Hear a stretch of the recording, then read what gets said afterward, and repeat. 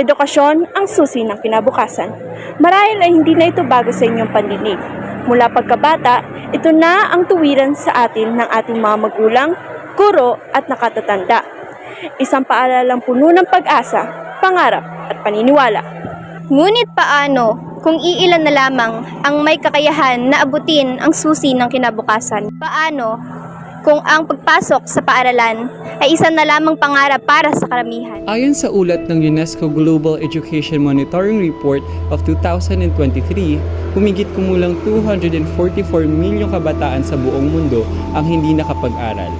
Dagdag pa rito, 6 sa 10 estudyante ang hindi marunong sumulat at magbasa. At hindi lang mga bata, 736 milyong matatanda ang naitalang hindi marunong bumasa at sumulat. Ang suliraning ito ay hindi natutukoy sa edad, kundi sa mga sistemang hindi para sa lahat. Bagamat libre ang edukasyon sa mga pampublikong paaralan, kailan may hindi ito magiging sapat upang punahin ang matinding pangangailangan sa mataas na kalidad ng edukasyon sa Pilipinas.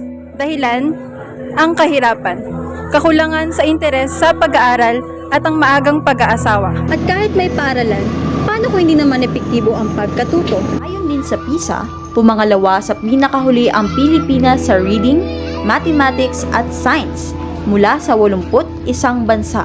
Bakit ka pansamantalang tumigil sa pag-aaral?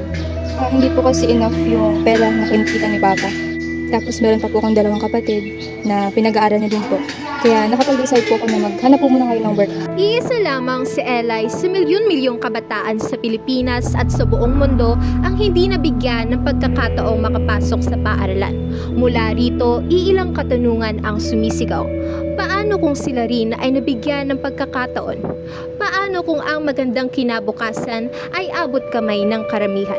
Ang sitwasyong ito ay isa sa mga suliraning patuloy na tinutugunan ng UNESCO sa pamamagitan ng Sustainable Development Goal No. 4 o ang Quality Education. Gayunpaman, ang pagbasa at pagsulat ay mananatiling yapak sa edukasyon, kung kaya't nangangailangan ng sapat na atensyon ang isang epektibong pagkatuto ng kabataan sa bawat sulok ng lansangan, mga tahanan at buong mundo.